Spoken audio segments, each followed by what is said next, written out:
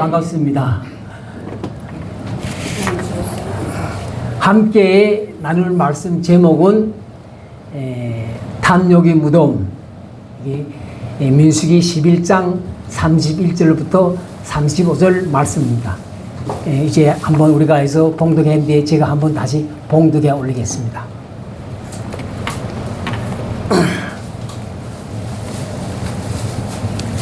본래 제목은 여호와께서 메추라기를 보내시다 이렇게 되었어요. 31절에 바람이 여호와께서 나와 바다에서부터 메추라기를 몰아 진영 곁 이쪽 저쪽 곧 직령 사방으로 각기 하루길 되는 지면 위 2규빗쯤에 내리게 한지라.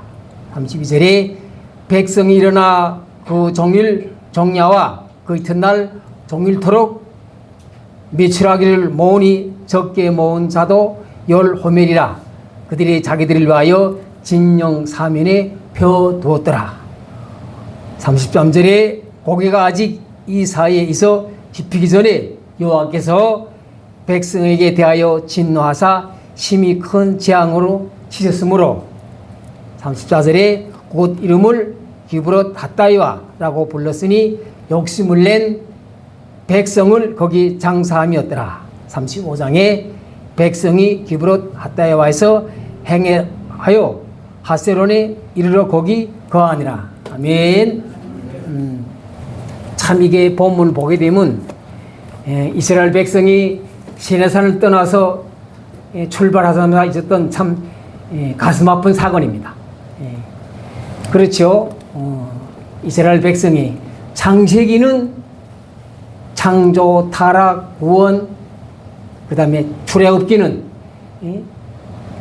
애굽에 430년 노예됐던 이스라엘 민족을 하나님 선택해서 불러내지 않았습니까? 출애굽기는 하나님 백성으로 살아가라고 훈련한 단계란 말이에요. 레위기는 5절 5제사 7절기, 민수기 말 그대로 백성 민자의 머릿수로 센다. 어차피 가나안 땅 가서 하게 되면 싸움해야 되잖아요. 그런 내용을 다 이제 쭉 됐는데, 여기는 이제 시내산에서 1년 동안 머무르면서 하나님께서 이스라엘 백성하고 뭘 합니까? 계약을 맺지요. 근데 떠났을 때, 시작할 때에 이스라엘 백성들에게 참 가슴 아픈 사건이 이제부터 쭉 펼쳐집니다. 이스라엘 백성이 출애굽할 때 함께 섞여 살던 다른 민족이 있었는데 그들이 참 탐욕을 많이 품었습니다. 유대 백성들도 그들의 영향을 받아서 함께 탐욕을 품었습니다. 탐욕을 부리는 일 중 하나가 누가 우리에게 고기를 줘 먹게 하랴 하는 욕심이었습니다. 그러면서 이구동성으로 하는 말이, 우리가 애굽에 있을 때는 값없이 생선과 오이와 참외와 부추와 파와 마늘들을 먹던 것이 생각나는데 이제 우리 기력이 다하여 만나 외에는 보이는 것이 아무도 없도다 하면서 불평하였습니다. 여호와 하나님께서는 광야에서 이스라엘 백성들에게 만나를 내려줘서 먹게 하였습니다. 그런데 이스라엘 백성들은 광야에서 고기 타령을 한 것입니다. 불평도 정도껏 해야지 너무 심한 불평을 하였습니다. 그들에게 먹을 것이 없는 것도 아니죠. 하나님은 하늘 양식, 일용할 양식을 매일 밤 그들이 진영에 내려주었습니다. 우리 본문에서 읽었지요. 하나님께서 바람 불어가지고 메추라기를 얼마 많이 날라왔습니까? 하나님이 그들에게 만나를 처음 주었을 때는 아무도 없는 광야에서 이 만나를 보고 너무 놀랍고 감사해서 이것이 무엇이냐고 외쳤습니다. 만나라고 하는 이 말이 뜻은 이것이 무엇이냐 하는 그런 뜻입니다. 하나님 은혜에 대하여 탄성으로 외쳤습니다. 그런데 11장에 와서 유대 백성이 하나님 내려주신 하늘 양식 만나에 대하여 이 만나 외에는 보이는 것이 아무것도 없다고 불평불만합니다. 그렇죠. 우리도 보게 되면 더 가지 싶고 이것은 하나님 은혜를 멸시하는 태도였습니다. 하나님이 내려주시는 은혜를 감사하는 것이 아니라 오히려 그 은혜를 멸시하는 악한 언행이었습니다. 유대 백성이 막 나가는 모습을 보면서 모세는 너무도 안타깝고 앞으로 이들을 어떻게 이끌고 광야길을 걸어가야 할지 너무 한심스러워 하나님 앞에 탄식하였습니다. 모세는 요 하나님, 저희 마음이 너무 괴롭습니다. 어찌하여 이 백성을 내게 맡기사 그 짐을 지게 하시나이까? 이 모든 백성에게 줄 고기를 내가 어디서 얻으리이까? 하나님 아버지, 내 책임이 중하여 나 혼자서는 이 모든 백성을 감당할 수 없나이다. 아버지 하나님, 제가 은혜를 가옵나니 차라리 즉시 나를 죽여 내가 고난 당함을 보지 않게 하옵소서. 모세는 광야에서 고기 타령하는 유대 백성을 보고 남감하기도 하고 안타깝기도 하여 이렇게 하나님 앞에 탄식하는 것입니다. 모세의 탄식에 하나님은 속히 응답 주셨습니다. 모세를 도와줄 지도자 70명을 세워주심으로 모세의 짐을 덜게 하시고 같이 사역하도록 도와주셨습니다. 그리고 모세를 통하여 이스라엘 백성들에게 고기를 주겠다고 약속하십니다. 내일 고기 먹기를 기다리라. 그런데 그 분위기가 이상하였습니다. 늘 참으시고 끝까지 인내를 베푸시는 하나님께서 내가 너희들에게 고기를 줄 텐데 냄새도 싫어하기까지 너희들에게 고기를 주겠다고 말씀하십니다. 그러니까 욕심 부리니까 많이 주겠다. 마지막 고기 냄새 맡기 싫어할 때까지 주겠다. 그 뜻이란 말이에요. 그리고 마침내 바람이 불기 시작하였습니다. 하나님께서 불게 하신 바람은 바다에서부터 메추라기를 몰아와서 유대 백성 진영 곳곳에 쌓이게 하였습니다. 얼마나 많은 메추라기가 쌓이는지 이렇게 기록하고 있습니다. 진영 사방으로 각기 하루길 되는 지면 위 2규빗쯤에 내리게 한지라 라고 기록하는데 여기서 하루길이 되는 거리는 진영을 중심으로 반경 32km 계산해 보세요. 직경이 664km. 예? 그 다음에 그 넓으면 2규빗 한 1m 높이란 말이에요. 그 두께가. 그리고 고기를 많이 쌓아놨단 말이에요. 광야에 날아든 고기를 보고 백성들은 10호멜 이상씩 거두었습니다. 너도 나도 그저 뭐 옹사라면 양대물도 먹다 그러죠. 똑같거든요. 여기서 호멜은 무더기라는 뜻인데 탐욕에 빠져서 엄청나게 많은 양을 거둬들인 것을 말하고 있습니다. 이렇게 많은 양이 메추라기를 챙겨 쌓아놓고 또 쌓아놓은 후 열심히 고기를 먹는 중에 하나님은 그 탐욕의 백성들에게 큰 재앙으로 치셨습니다. 그러니까 하나님께서 메추라기 고기를 주신 것은 응답이긴 하지만 은혜로운 응답이 아니었습니다. 그래 한번 실컷 먹어봐라. 하나님의 뜻에 따르고 순종하면 복을 내려주시지만 불순종하면 심판도 내려주십니다. 이것은 하나님이 은혜로운 응답이 아니라 진노와 심판이 응답이었던 것입니다. 이렇게 탐욕과 원망에 빠져서 하나님 은혜를 멸시하다가 진노로 죽음당한 자들을 한 곳에 모아 장사 지냈는데 바로 그것을 기브롯 핫다이와라고 불렀습니다. 기브롯 핫다이와 이 말은 탐욕이 무덤이란 뜻인데 참 슬프고 안타까운 이야기가 아닐 수 없습니다. 아멘. 그렇죠. 욕심 너무 지나치게 부리니까 탐욕에 절어서 불평과 원망을 하다가 하나님이 진노로 죽음을 당한 기브롯 핫다이와 사건은 오늘 우리에게 깊은 경종을 올려주고 있습니다. 출애굽 19장부터 민수기 10장까지 이스라엘 백성들이 시내산에 1년 동안 머물면서 하나님께서 계약을 체결한 내용입니다. 그런데 이 시내산 계약 전에 하나님 모습과 시내산 계약 이후의 하나님 모습은 완전히 다릅니다. 그러니까 시내산에 오기 전까지 하나님께서 유대 백성들의 모습에 대하여 끝까지 참고 인내하는 모습이었지만 이제 시내산 계약 이후에 하나님께서 이스라엘 백성들을 대하시는 태도가 아주 단호하시다는 것을 알 수 있습니다.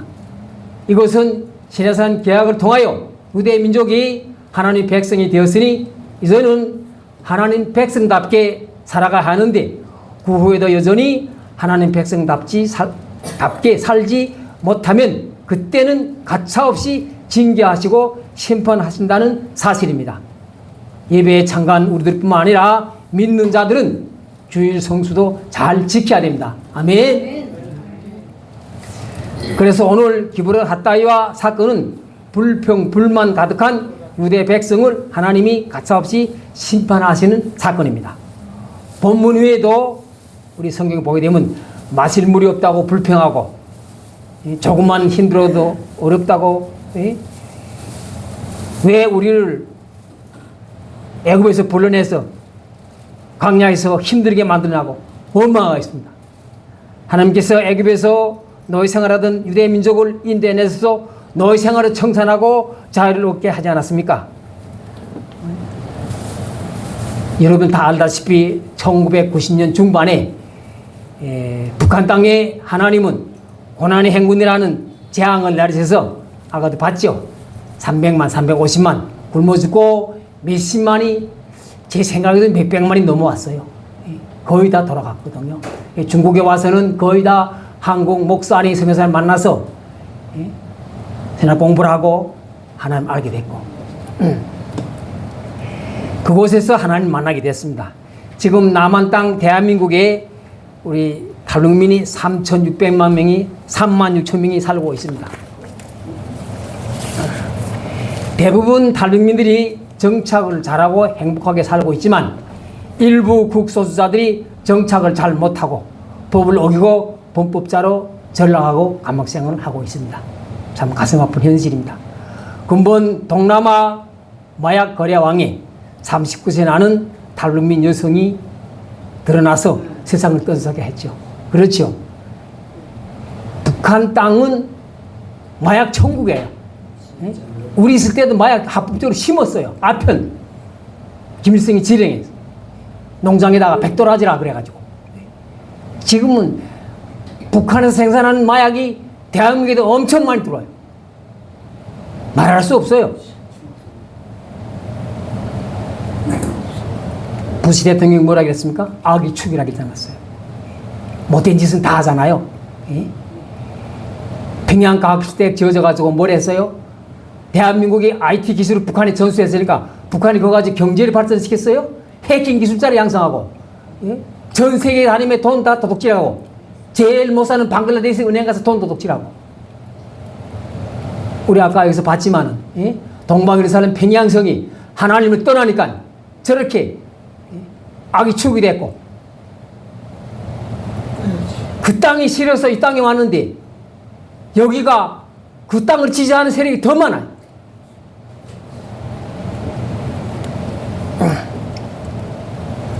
하나님이 진노로 죽은 자들을 장성하는 곳이 기브롯 핫다이와 탐욕이 무덤이라고 부르는 것을 보면 탐욕, 욕심이 제일 큰 문제입니다.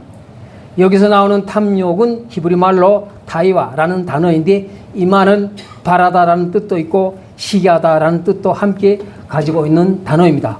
오늘 본문에 나오는 탐욕은 결국 시기심이 가득한 바람을 말하는 것이고 이것은 다른 사람과 비교하면서 가지는 정도 이상의 거대한 욕심을 말하는 것입니다.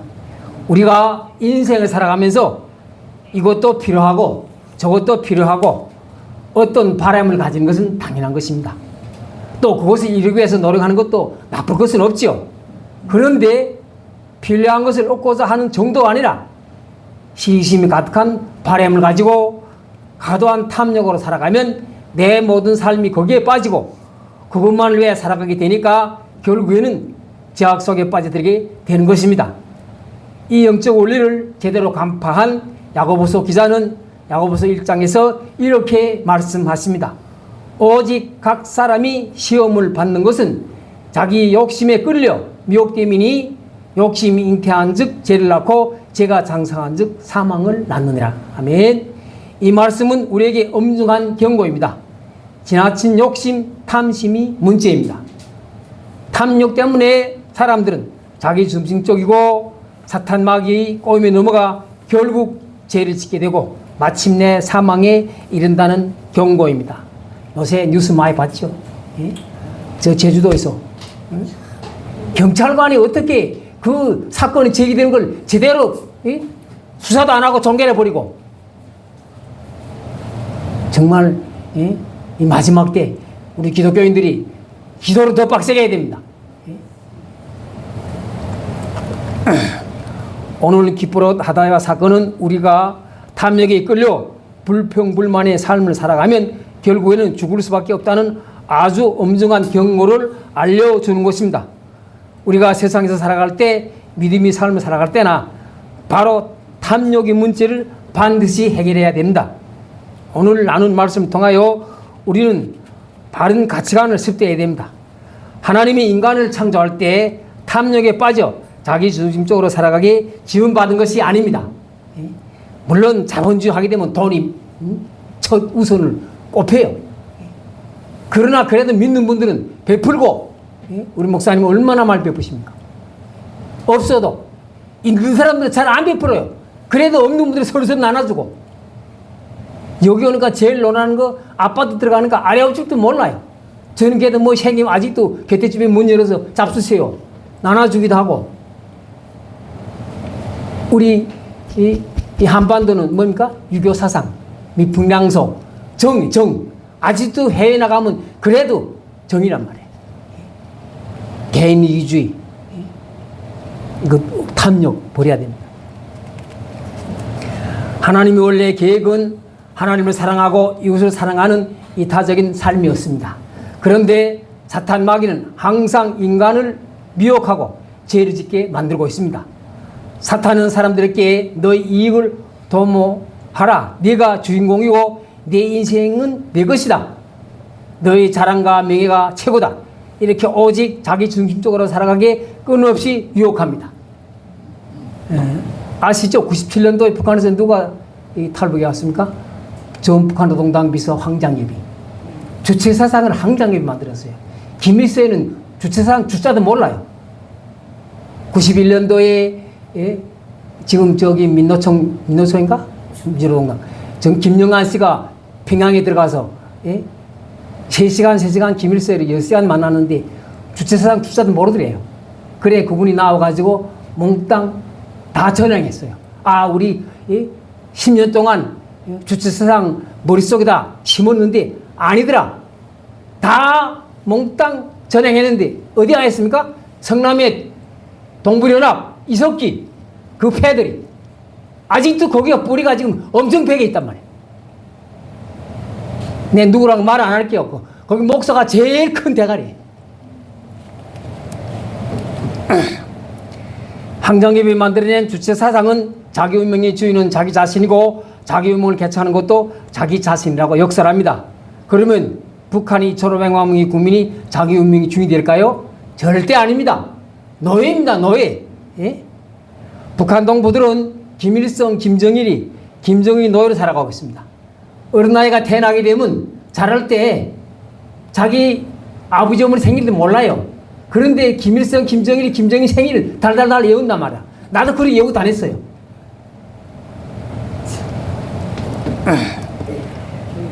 주체 사상이 80년대부터 대한민국 대학가에 잠식하기 시작했고 일부 진보 세력이라고 부르는 386 세대는 주사파로 둔갑하여 대한민국을 부정하고 이승만 대통령이 기독교 6년에 세워진 자유민주주의 근간을 무너뜨리고 삼권 분립을 정면으로 도정합니다. 지금 현실이 그렇습니다. 오늘 아마 삼금 통합 무슨 국민 여론조사란데요. 어떻게 이 대한민국 안보를 지키는 육해공 몇십 년 동안 피를 흘리며 싸웠습니까? 여기 앉아 계시는 분들은 다 알잖아요. 연세 있는 분들이. 이것이 대한민국의 현 주소입니다. 탐욕에 절어서 자기 중심적으로 살아가면 절대로 행복할 수도 없고 하나님의 뜻을 이룰 수도 없습니다. 탐욕이 부모를 공경하지 못하게 만들고 살인하고 가난하게 만들고 도둑질하고 거짓말하게 만드는 것입니다. 그야말로 탐욕이 모든 죄악이 출발이고 죽음으로 가는 지름길입니다. 그래서 신약성경 누가복음 12장 15절에 분명히 말씀합니다. 삶과 모든 탐심을 물리치라 라고 명령하고 있습니다. 오늘 기브론 핫다이와 사건을 잘 깨닫고 탐욕과 자기중심에서 벗어나 하나님께 감사할 줄 알고 하나님의 사랑을 흘러보낼 줄 아는 참된 크리스찬으로 살아가기를 주님으로 축원합니다. 아멘. 기도하겠습니다. 하나님 아버지 감사합니다. 탐욕이 무덤이라는 내용을 가지고 함께 나눴습니다. 여기에 출석하는 우리 크리스찬들뿐만 아니라 믿는 분들, 주여 하나님 아버지, 주님의 사랑을 흘러보내는 그와 같은 빛의 역할을 감당하는 모두가 될 수 있도록 주님께서 인도하여 주옵소서. 사랑이 많으신 예수님 이름으로 기도 올려드립니다.